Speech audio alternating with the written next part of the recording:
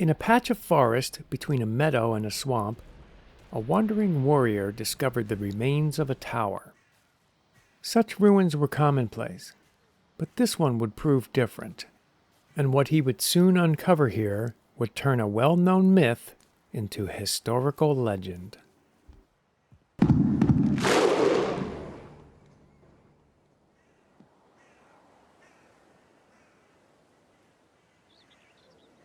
This tower, as it turned out, was built by Gunnar. Said to have been a giant of a man, Gunnar was never defeated in single combat. In fact, he had often stood alone, victorious against multiple opponents. He was exceptionally strong, quick-witted, patient and calculating, and as talented with a shield as he was with an axe. For all his might and skill, he was much admired and often praised, and in his youth he took great pride in it. But as he grew older, the light of this pride would dim, slowly replaced with a concern that grew on him like an encompassing mist. Then one day, he was gone, disappeared without a trace. The people could talk of nothing else and wondered aloud why he would leave without a word. But the older men looked at each other, seemingly knowing, though they said nothing. As the years passed, so did those who had known him in life, though his deeds would long be remembered through saga and song. Situated on a patch of forest between a meadow and a swamp, the ruined tower was a perfect location for the processing of metal ore. The surrounding forest was rich in copper, and the swamp possessed much-needed iron. Between the two biomes ran a stream lined with tin. In time, the tower was restored and the location became a smeltery and smithy.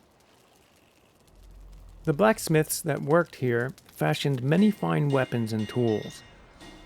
The excess ore was made into bars and shipped to nearby settlements and kingdoms for trade. The work they did would enhance the lives of people for miles around.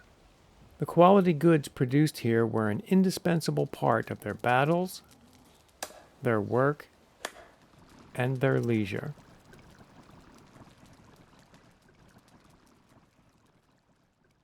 But what of Gunnar? Under the floorboards of the tower, the warrior found 2 perfectly preserved troll heads, as well as a folded parchment from which he read these words. I have stood upon the threshold. Again and again I have knocked, yet the door is never opened. The Valkyries never come. Still I seek entrance to Valhalla. Men could not show it me. Beasts could not show it me. The forest trolls could not show it me. On a clear night, I looked across the sea, and before, where I had only ever seen mist, I caught a fleeting glimpse of a mountaintop peering through the gray. My teeth grow long and my time grows short. Perhaps the way is there. It was not known if Gunnar had found the way to Valhalla in the land beyond the mist. But on the day of the wandering warrior's discovery, Gunnar was raised up from myth and placed into history. The trolls' heads were hung on the sides of the tower in remembrance of a mighty hero and as a warning to all that would dare bring harm to this place.